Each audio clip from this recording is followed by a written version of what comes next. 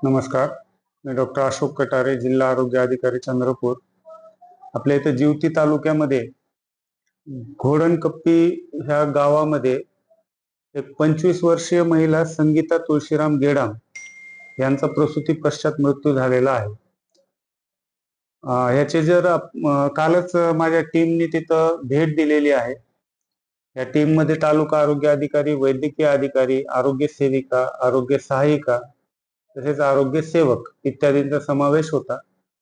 आणि तिथं गेल्याच्या नंतर चौकशी अंती असं लक्षात आलं की घोडणकप्पी हे गाव, त्यात 2 घोडणकप्पे आहेत, एक वर आणि एक खाली. तर जे खाली राहणाऱ्या संगीता गेडाम यांचा मृत्यू झालेला आहे आणि तिथे जाण्यासाठी रस्ता नाही आहे.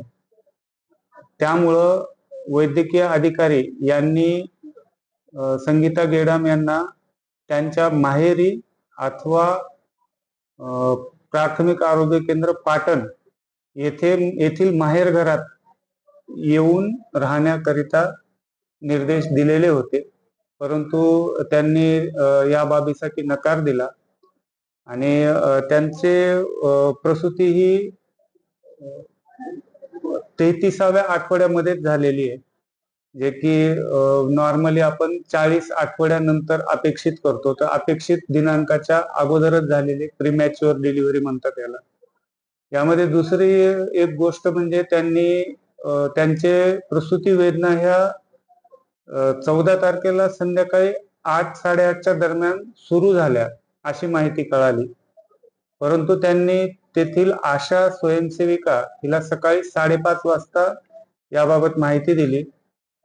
आशा स्वयंसेविकेला माहिती मिळताच आशा स्वयंसेविकेने वैद्यकीय अधिकारी पाटण डॉक्टर शेडमाके मॅडम यांना माहिती दिली आणि त्या अनुषंगानं ॲम्ब्युलन्स जिथपर्यंत जाते तिथपर्यंत तात्काळ ॲम्ब्युलन्स पाठवण्यात आली आणि तोपर्यंत ते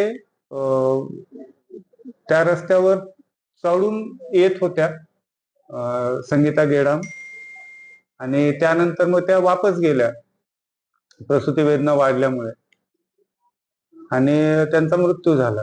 ह्याच्यामध्ये आपल्याला एक महत्वाचे 2-3 निष्कर्ष काढता येतात, जेणेकरून भविष्यात पुढे अशा घटना घडू नयेत.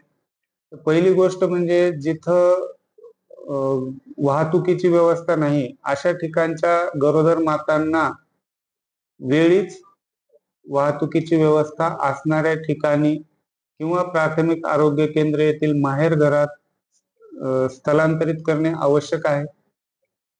या केसमध्ये वैद्यकीय अधिकारी यांनी प्रयत्न केले, परंतु त्यांनी तसा रिस्पॉन्स दिला नाही.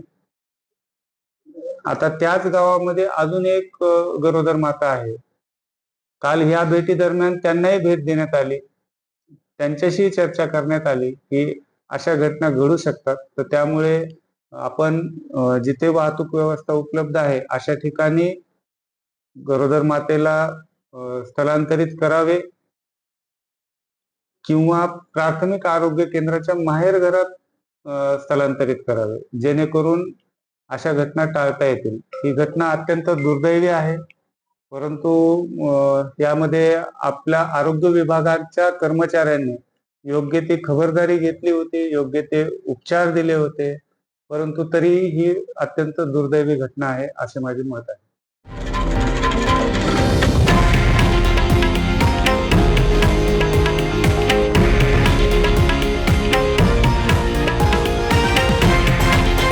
हे आहे देशातील नंबर 1 न्यूज नेटवर्क आणि आपण पाहत आहात TV9 मराठी, एकमेव.